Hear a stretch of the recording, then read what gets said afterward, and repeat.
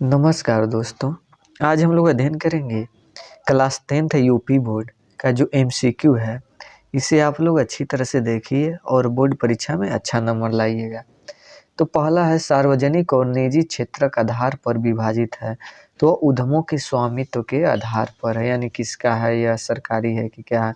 अगला, भारत में जीविका का प्रमुख स्रोत है तो भारत में जीविका का प्रमुख स्रोत कृषि ही है।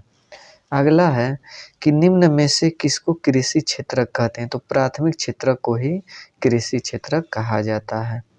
अगला, निम्नलिखित में से किस वर्ष बांग्लादेश ग्रामीण बैंक की स्थापना की गई, तो 1970 ईस्वी में।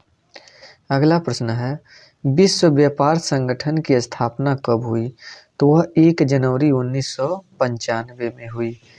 अगला प्रश्न है, भारत का अधिकांश विदेशी व्यापार होता है तो वह समुद्री मार्गों से होता है, अधिकांश जो विदेशी व्यापार होता है।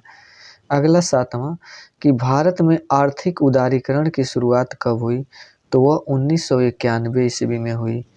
अगला, भारत में उपभोक्ता संरक्षण अधिनियम कब पारित किया गया, तो वह 1986 में पारित किया गया।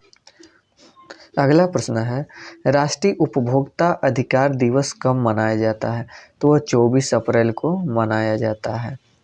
अगला प्रश्न कि संयुक्त राष्ट्र ने उपभोक्ता सुरक्षा हेतु संयुक्त राष्ट्र के दिशा निर्देशों को कब अपनाया, तो 1985 में अपनाया। अगला प्रश्न है, विश्व व्यापार संगठन का मुख्यालय कहाँ स्थित है, तो वह जेनेवा में स्थित है। अगला जो है प्रश्न 12वां, विदेशी व्यापार किनके मध्य होता है, तो 2 देशों के मध्य होता है। अगला प्रश्न है, निम्नलिखित में से कौन सा व्यक्ति असंगठित क्षेत्र के अंतर्गत आता है, तो कृषि मजदूरी असंगठित क्षेत्र है।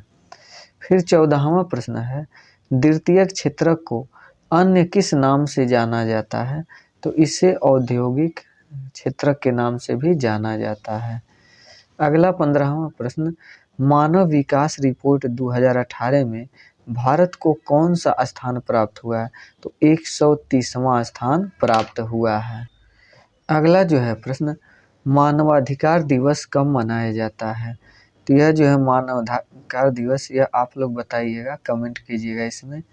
फिर जो है अगला कि संसद में प्रतिपक्ष किसे कहते हैं, तो विरोधी दल को प्रतिपक्ष कहते हैं।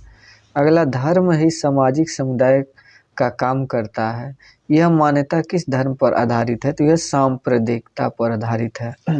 अगला, निम्नलिखित में से कौन सा राज्य सूची का विषय है, तो यह व्यापार।